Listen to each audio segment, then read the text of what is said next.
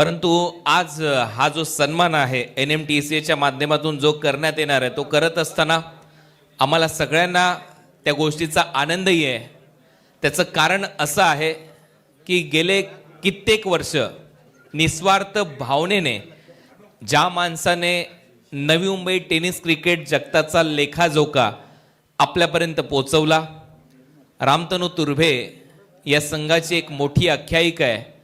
अनेक वर्ष रामतनू तुर्भे संघ नवी मुंबई टेनिस क्रिकेटमध्ये खेळतो, अनेक स्पर्धा त्यांनी गाजवल्यात आणि त्या टीमचं कर्णधार पदही त्यांच्याकडे होतं। मास्टर विजय, आपल्याला देखील मी विनंती करेन आपण देखील या, विजय भोईर। तर हे सगळ्या गोष्टी करत असताना रामतनू तुर्भे टीमची धुराई सांभाळत असताना संपूर्ण Navi Mumbai tennis ball cricket जगताचा लेखाजोखा गेले कित्येक वर्ष, जेव्हापासून मी समालोचन क्षेत्राला सुरुवात केली त्याच्या अगोदरपासून हा लेखाजोखा यायचा आणि मी त्याच लेखाजोखाच्या माध्यमातून ऑलमोस्ट प्रत्येक स्पर्धेची माहिती जगापर्यंत पोहोचवण्याचा प्रामाणिक प्रयत्न करायचो।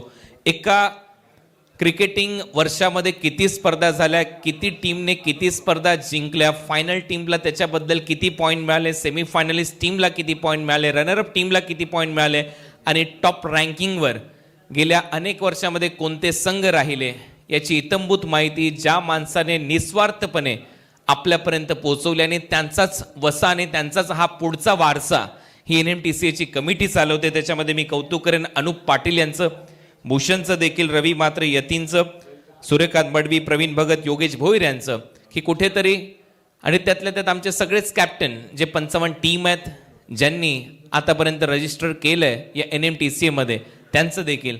आणि खऱ्या अर्थाने आता करूया आपण हा एक भव्य सन्मान मिलिंद पाटील यांचा, ज्यांनी आपल्या नवी मुंबई क्रिकेटला सर्वोत्तम योगदान दिलं। गेले कित्येक वर्ष ते योगदान देत आहेत आणि संपूर्ण लेखाजोखा नवी मुंबई क्रिकेटचा आपल्यापर्यंत ते दरवर्षी पोहोचवतात।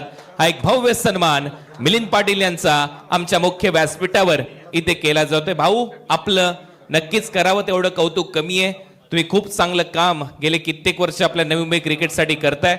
प्रेसिडेंट अनुप पाटील यांच्या उपस्थितीमध्ये हा सन्मान इथे होतोय। अभिनंदन मिलिंदजी पाटील। रामतनू तुर्भे संघाची एक मोठी आख्यायिका राहिली आहे, भरपूर वर्ष त्यांचा संघ ही नवी मुंबई क्रिकेटमध्ये खेळतोय आणि त्या